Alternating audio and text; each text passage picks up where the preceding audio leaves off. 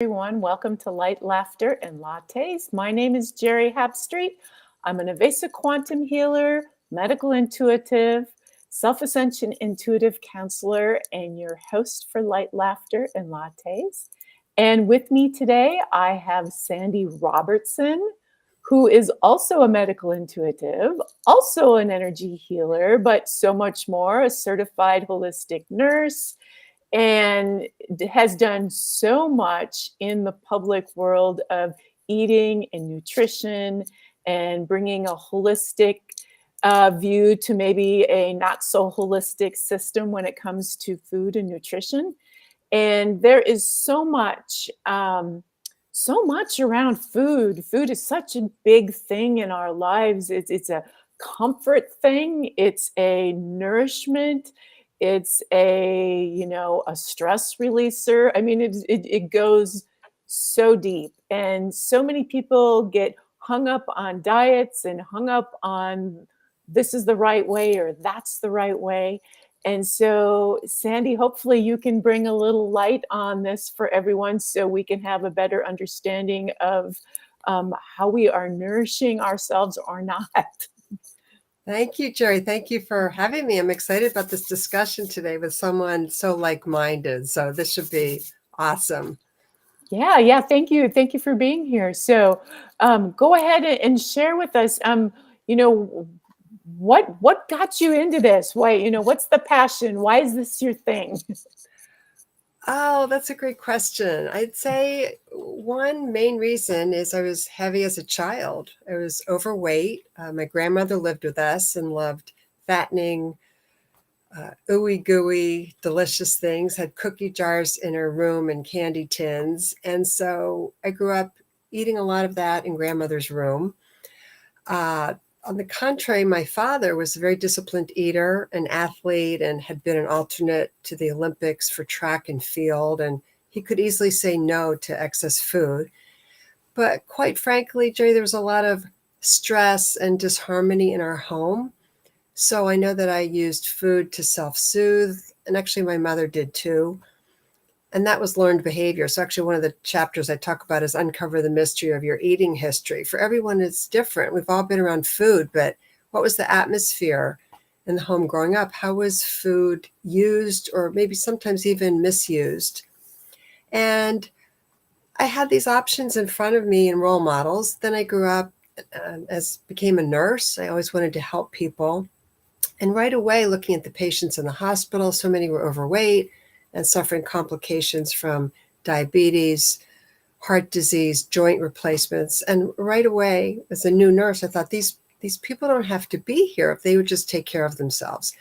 By that time, I'd gotten my own weight under control, learned a lot about prevention and wellness. And I really decided to make it my mission to help people be healthy and well and prevention. And then along the way, learned about the mind, body, spirit connection, psychoneuroimmunology, and took a lot of courses in that world of integrative medicine and holistic nursing, and really wanted to bring it to the larger populations, which I did in several corporations and hospitals. So I love that our world is now talking about the mind, body, spirit, emotions, energy system, and how that's always in play, kind of like a kaleidoscope. And how we nourish ourselves is really a reflection of our self-care and self-love. I'm sure your audience especially can understand that. And so my book, Why Am I Eating This? Is This the Nourishment I Need? Is about empowering people to change their relationship with food and themselves. And it's really, Geri, about the ultimate form of self-nourishment, which is self-care and self-love. So I'm excited to bring all these worlds together to help people. Yeah, exactly. So what I have found in my life is, and I'm sure everyone can relate to this because it seems how it goes, but so you have an emotional trauma or drama or something, either you stop eating altogether or you just start eating junk because you don't care. You're trying to satisfy that pain or whatever it is with something. And so, fill it with something, fill the hole, whatever that Yes. hole is. Yeah. Yes. With garbage or whatever. And it seems like this emotional spiral that can be created. All of a sudden now I don't want to exercise. I don't have energy anymore.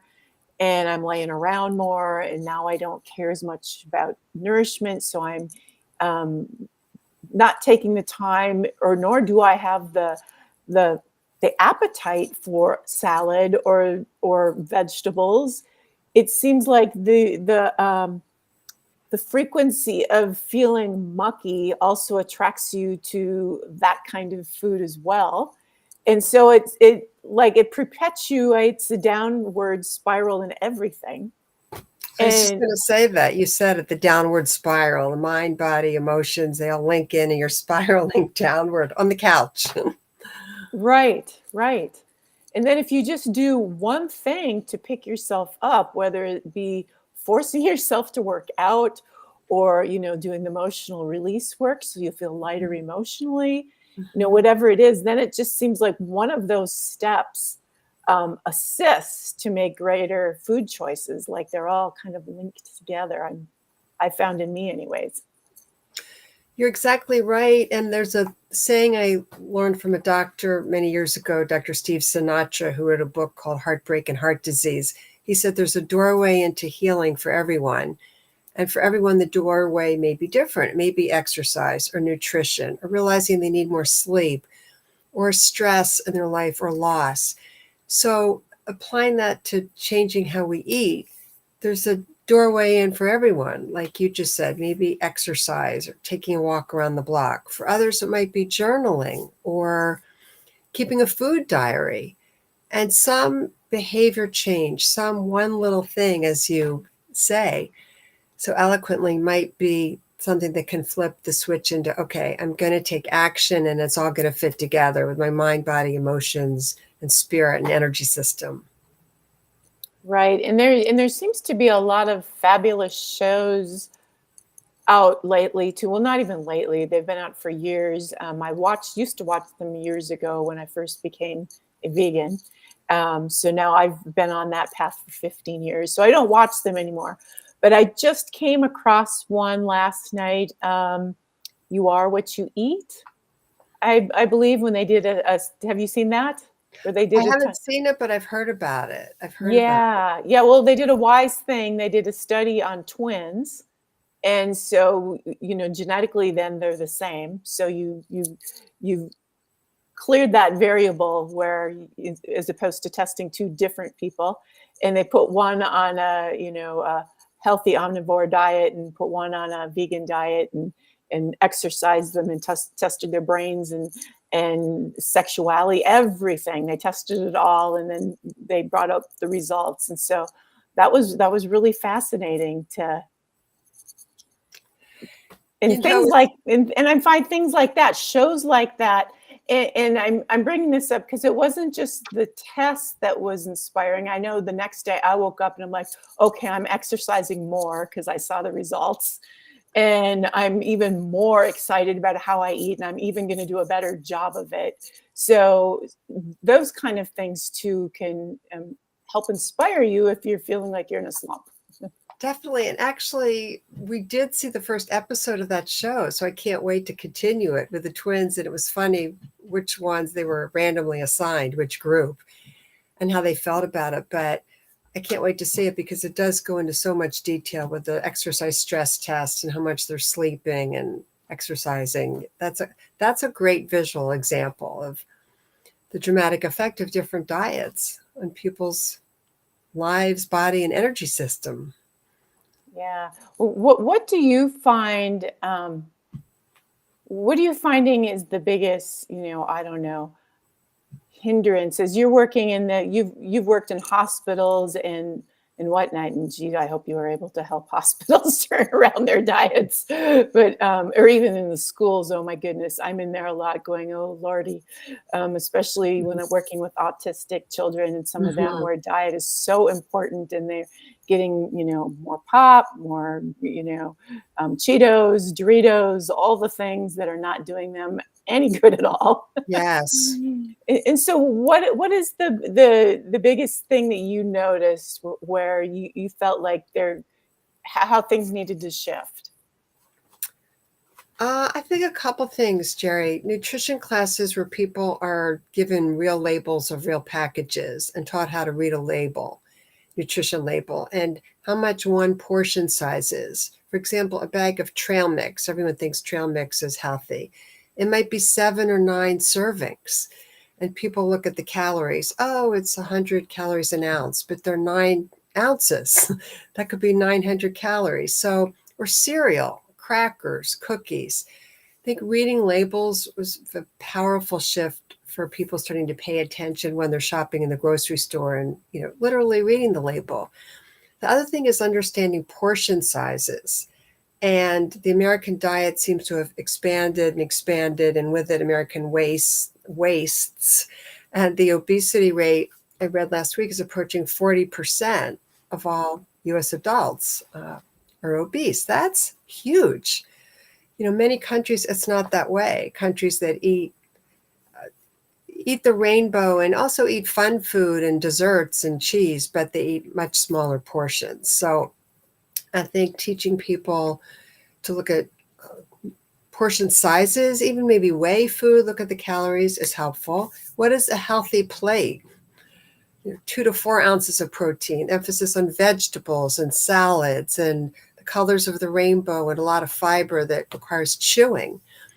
Also learning tools, and I love to teach and include a lot in the book about mindful eating and being appreciative and grateful for the food. And again, smaller portion sizes and having things that require chewing and looking at the clock and having the meal last at least 20 minutes. Many of my clients have said, oh, I realized I was eating too fast and I wasn't chewing.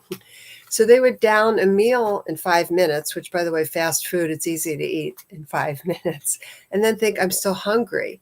Number one, they don't feel satisfied because they haven't had to chew and really their body to take in the nourishment. And secondly, there hasn't been time for the message to reach the brain that they've had enough fuel.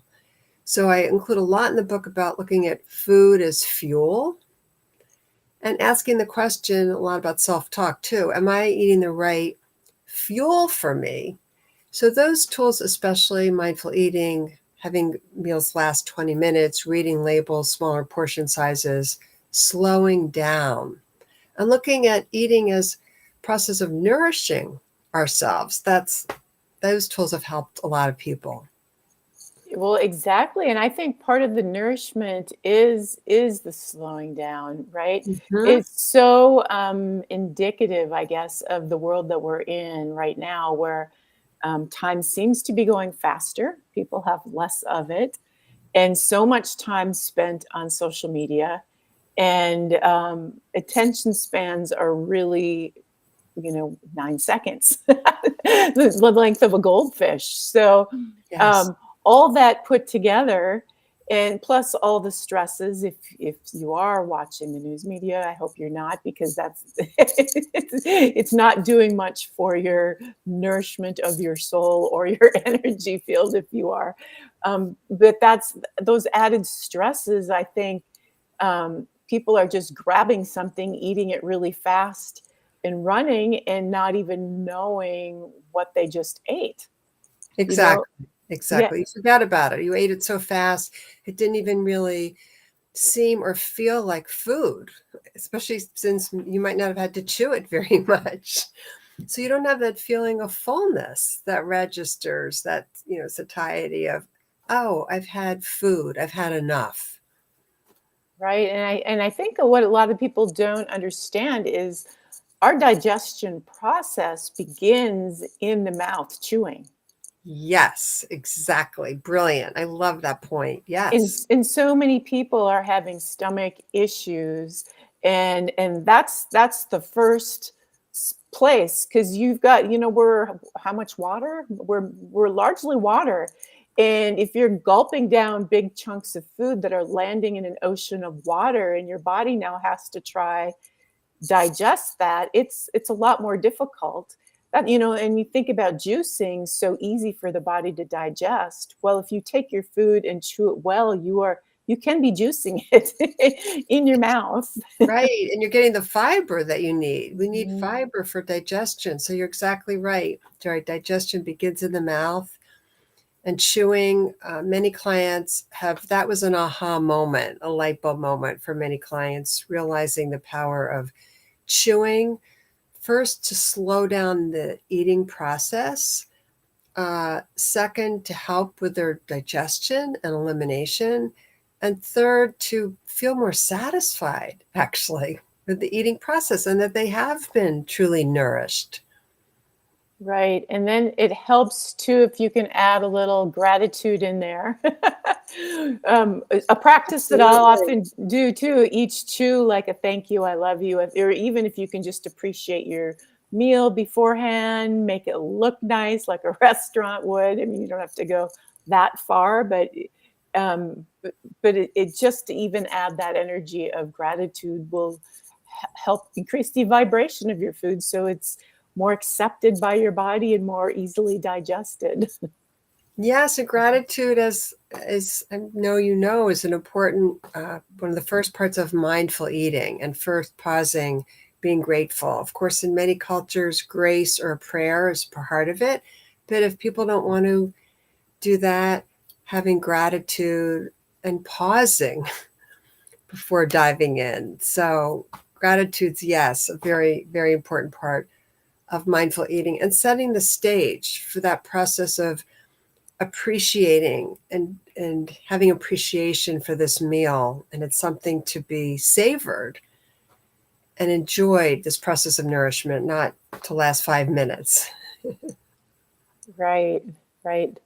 Um, what else would you like to share with us all? Something that you think is important around this subject of um, food and your book, Why Am I Eating This? Mhm. I talk in the book a lot about self-talk and Mhm. using positive self-talk to guide us, almost like we're our own best coaches. So even whether it's in the grocery store, in a restaurant, to pause and talk to ourselves. Okay, what do I feel like eating? What would nourish my body, mind, and spirit? And if we're at a party, pausing and thinking, okay, there's this buffet table, lots of tables of food. What are my best options for fuel? And at the same time, enjoying food. And another tool I talk about is labeling food. Is this fun or entertainment, or is this nourishment? And sometimes we want fun or entertainment. That's fine. It's okay. But now and then, not 5 times a day, whether it's a cookie or cake or dessert. So our positive self-talk can be so helpful and empowering for us, even to the point of saying stop. It's okay to say stop. I've had enough. Even if there's food on the plate, wrap it up, put it in the refrigerator, or if you're out at a restaurant, have it packed up to go home. And self-talk can be questions too. Is this really what will be helpful, not just for my body, but my brain right now? Self-talk can be, is there another form of nourishment that I might need right now? Water, for example. You talked about hydration. We all need water. Self-talk might be, would it be healthier for me to get more sleep tonight, or call a friend, or perhaps go outside and take a 5-minute walk? So self-talk is empowering. I also ask questions about the gut and the gut brain connection. Introduced a little, there's a lot in the media now about the gut affects the brain affects the gut. It's bi-directional. And a lot is being talked about it. Some people think it's way over their heads, but most simply, again, it's a two-way street. If we eat food that's not really healthy or good for us, it's going to have an effect on the brain. Likewise, if we're having upset, negative emotions, and we're not getting enough sleep, that can affect our gut. Our gut microbiome affects many things in the body, including the immune system, the digestive system, the heart. So paying attention to having a healthy gut, I think, is really important. And also, I really introduced the concept of people asking what else nourishes me. Food is one element. There's an image of a circle of health, a wheel of health that's in many cultures: sleep, exercise, spirituality, nature, family, friends, social support, energy. What else might be nourishing at this moment to reset my mind, body, spirit, and energy system. And then I introduced really self-compassion and reminding everyone that, like we would for a friend, having compassion, if maybe things are hard and they're overeating, it's okay to reset and have compassion for ourselves and to know that we're not alone on this journey of trying to find the best ways we can to nourish ourselves every day. Yeah, I've found the best way to reset. So if I'm, maybe I've been traveling and I'm eating, whatever the diet is where I've traveled to, or the holidays is always a good time. If I do a cleanse, like a master cleanse or a juice cleanse, um, for 4 or 5 days, it's a fabulous way to reset the body. And because it's like it says time out to the body, I'm doing something completely different. And then you can start a new healthy pattern once the cleanse is over. Yes, And no, that's a great way to have a reset. Very powerful. yeah, and one of the biggest challenges, and I think it is for a lot of people, is sugar. Sugar is so highly addictive. Yes. And it doesn't take long. I was completely off sugar for several years, maybe a little bit of maple syrup here and there, honey, or some natural sugars, but not much, to the point where even the slightest bit of something sweet tasted really too sweet for me. Mm-hmm. And if I and it's always that, oh, those bars that mom used to make that have some kind of an emotional attachment to it. I'm going to eat it anyways because I've got all the memories that go with these bars, Yes, yes. And so I power through it, even though it's way too sweet and it doesn't taste good like it used to. I still want those memories and that experience. And it doesn't take much to regain that addiction again and be right back on where you're wanting sugar again. And then having to go through no, you have to completely stay off of it. It's pretty crazy because I've noticed when I'm completely off of it and then I'll go back and, I'll have some somewhere. I can feel it. I can feel myself starting to shake almost. So it's powerful, the pull it has on our systems, and it's really doesn't have a lot of beneficial effects to our body. Right. The enjoyment is temporary, right? Versus the Right. aftermath. And yes, there's an addiction center in our brain, part of our brain where lights up with certain food, and everyone's brain is different and their attachment to certain foods or substances. But sugar can be addictive. And I remember a book from many years ago called The Sugar Blues, which talked about people feeling depressed after they ate sugar, substances with sugar and or alcohol, but they weren't even aware of the connection until they went off it. So it is something to track and to pay attention to, since everyone's brain is different, everyone's brain chemistry is different, and it's worth knowing how our brain reacts to, could be sugar. For some people, it's wheat and carbohydrates, crackers, cookies, cereal, and to be deliberate and intentional about it, as it sounds like you have, very nicely, and got out of it to the other side. Right, right. Well, the good news is in this world of internet and people who are, many who are very passionate about, well, and you know what? I don't even know if it's passion. I just think our food system has changed so much that naturally people can't eat wheat anymore because of farming or whatever you have it, or the GMOs or whatever. So many people are gluten intolerant or lactose intolerant, and that didn't used to be a thing years ago, but it is now. So we've had to get creative in how we bake things now. Yes. But boy, some of the fabulous breads and things you can make with the almond flours and the nut flours and the psyllium husks and the Mhm. um, and easy to have access to that really healthy cooking online, because there's so many people that are doing it and doing a really good job of it. Yes, that is one of the most positive aspects of the internet. I find the sharing of healthy recipes and how easy it can be to find one. Yeah, and coming back to the show again, and the reason why I'm mentioning it, because for anyone out there who's not aware about the role that food plays in your physical health and the choices, because I don't think many of our doctors are educated in this.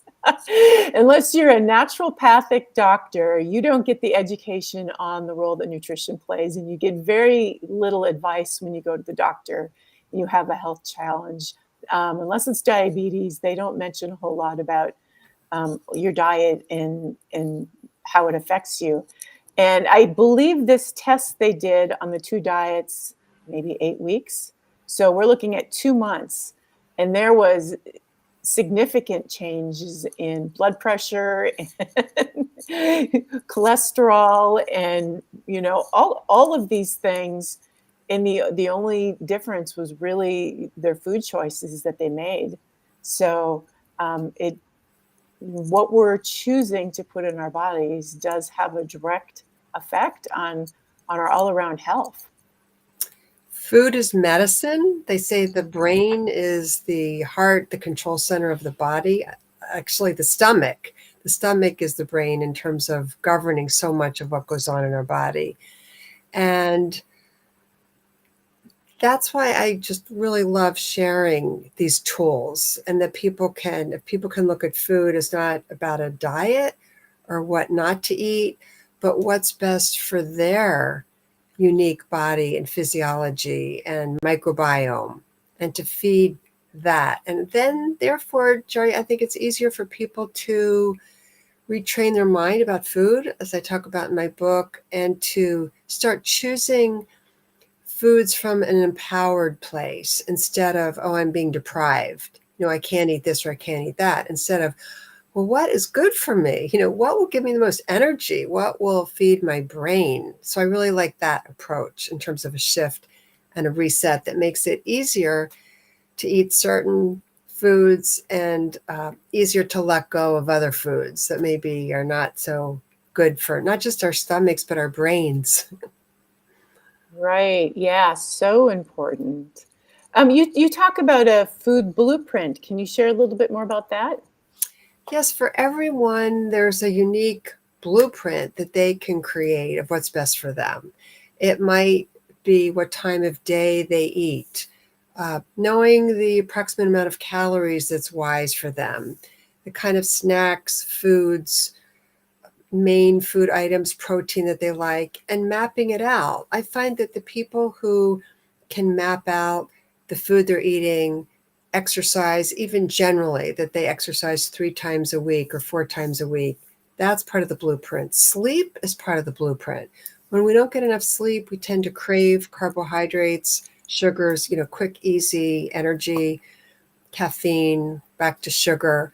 And so sleep is part of actually our eating blueprint. Hydration, rest, uh, spiritual nourishment. So all of that factors into our eating blueprint. I also encourage people to keep, they don't have to call it a food diary, but as part of the blueprint, mapping and tracking what they eat, and also perhaps when they get stressed, what are some of their tendencies? And this is more because of light bulb moments around food. And this can help to add to the blueprint to guide and support. It's meant to be a supportive document, also a living document that's always changing.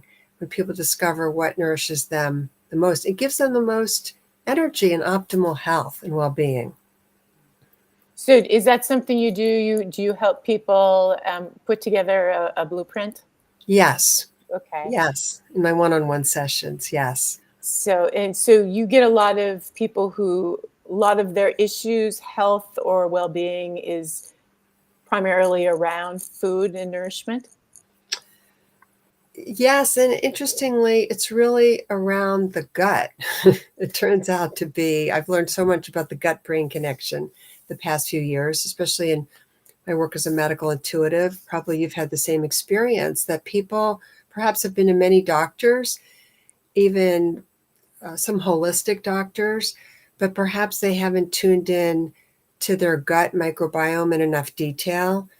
And it could be that things are out of balance. And then I encourage people to go back to their doctors and dietitians and nutritionists and licensed providers for further testing. But a lot of the reasons people feel out of sorts and or unwell and perhaps have some other symptoms, a lot of it seems to start in the gut, and that being out of balance. So I'm going to add too, and I'm sure this is right down your alley too. Our second chakra, which is our sacral chakra, is where we hold our past self pictures, our future self pictures, issues with relationships. So any of those unhealed traumas around relationships, families, partnerships, I mean, the divorce rate, 50%, that unhealed stuff gets stored right there in the gut. And that blocks the energy flow to the solar plexus, which is the area of digestion. And so you will notice if you heal those emotional energies, the amount of foods you can eat, the amount of food sensitivities you have will be great, way less. Inflammation is a lot of anger that is being held in the body that hasn't been resolved. So all of those things tie together. So if the emotional issues can be resolved, if the forgiveness can be given, the gratitude, and all of that work, a lot of those gut problems can be resolved right there. I couldn't have said it better, Geri, and thank you for adding that piece. And that's also what I see in my practice, the combination of looking at the energy, around the anatomy, but also seeing some of the traumas and hearing stories of other emotional issues and memories that are still stored there. So you're exactly right. It is connected. And when people can talk to their therapist and or do inner work on their own to shine light to those moments and get the support that they need for the emotional level, it helps to open up the whole energy system, just as you're saying. So thank you for adding that. It's really important. Well, sure. And I'm smiling at the gut brain piece because our second chakra or sacral chakra is directly tied to our sixth chakra, which is our vision. And that's right where our brain is. And so if we have had a lot of traumas and unresolved stuff, we our vision of the world and maybe so let's say I'll use an example that's maybe easier for people to understand. So let's say you had a really horrible marriage. Let's say it was abusive and you haven't healed that. So you have these energies stored in the body in that area, these congestions of abuse and, oh, I might get hurt again. And, oh, I don't trust love again. And maybe I'm not good enough or whatever. Now your vision is you're seeing life through a filter of those experiences. And so that's the brain part too, where the sixth chakra is in direct correlation to that stuff we're holding in a second. So to take the time to really do internal healing work really will have a direct effect on your nourishment and your health and your self-care too. All of that is self-care, actually. Most definitely, because as you just said and alluded to, it comes back to what do we think we deserve? When I'm doing medical intuitive readings, a lot of the core issues and core traumas affect what people think they deserve about themselves, their ability to get the right kind of health care, medical care follow-up. And when they can heal those traumas, as you said, they're more ready to take action towards their overall health and well-being, mind, body, emotions, spirit, and energy system. Yeah, we're I don't know. We're a slow moving society on this topic, but I know without a doubt, it's absolutely the core of not only health and food choices and vitality, but disease as well. Yes. Releasing it. Yes. Tell us a little bit about your business, Energy Works Wisdom, in what you do. So my business is about helping people access and heal their energy system and really giving them tools to connect their own mind, body, emotions, and spirit and energy system. I do one-on-one sessions. Some are purely focused on energy healing. Some are the medical intuitive readings. And then some are the coaching sessions, which literally give all the information that the clients have shared about their physical, emotional, uh, energetic well-being, and giving them a blueprint and specific tools for self-care. I teach a lot of tools about self-care and how to move and nourish our own energy. And so people leave with blueprints of how they can shift a few things at a time. And I check back with them quite frequently so that it's an ongoing relationship. I want people to feel supported in this journey of behavior change. Okay, nice. So, and I'll put the link below to your website so everyone has that. Um, one thing that came to mind while you were sharing is when I think about food. I know years ago when I was younger, before I really understood what I do now, based on taking medical intuitive training, but you would see a really large person or someone, even in school, they were considered fat, maybe teased. And the first thing you think of is, oh, they eat too much. And I have since learned that it's probably the opposite. They probably don't eat enough. And what they're holding on to is emotional baggage, or they're using fat to protect themselves because they were abused, or they're just afraid because of how they've been treated in life, and that's a layer of protection. And I guess I'm sharing this because I want people to understand that I think being fat has this connotation with people. And I think there's people out there who carry extra weight who probably feel bad and think, oh, they probably think I'm sitting home and eating bags of potato chips, but I'm not. And the weight that people carry can be tons of things. And I've come to believe that it's only a fraction of that is actually about food. It's unique for every person. I think this is a great point to bring up, Geri, especially these days when frequently in the media, there's so many articles about weight loss drugs and these powerful medications that are helping people lose weight rapidly. For some people, it may be a metabolic issue. And it's true that if we start depriving ourselves of calories, our metabolism actually slows down and has us hold on to weight. So particularly for people who it's been a lifelong journey of gaining and losing weight, it can be particularly hard to lose weight as an adult. But to me, it's a package deal that people do need to look at the emotions, the trauma, have the mental health support to dissect, take apart, and heal some of the past traumas, with the metabolic guidance from doctors. And when they can all work together, then people may need some kind of medication. I'm not sure, but most of all, they have the emotional, psychological, and spiritual tools to help them heal. So I really feel it's important that it go together. For everyone, it's unique, and that people not just reach for the weight loss drug as the automatic panacea when, as you say, it frequently involves some deep emotional healing to be done, at the very least, simultaneously. And, who knows if it's needed, but it's a personal journey and decision for everyone. Right. Yeah. Balance. Balance Yes. is really the key to a lot of things, everything, Yes. actually. Right.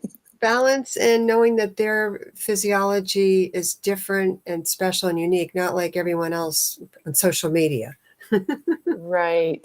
Yeah. Yeah. Each person, we are each very, very, very unique. So, Yes, in yes. what we need and what works for us and what doesn't, and such. So, yeah, I like that you're doing blueprints with people. Is there anything else you would like to add before we say goodbye?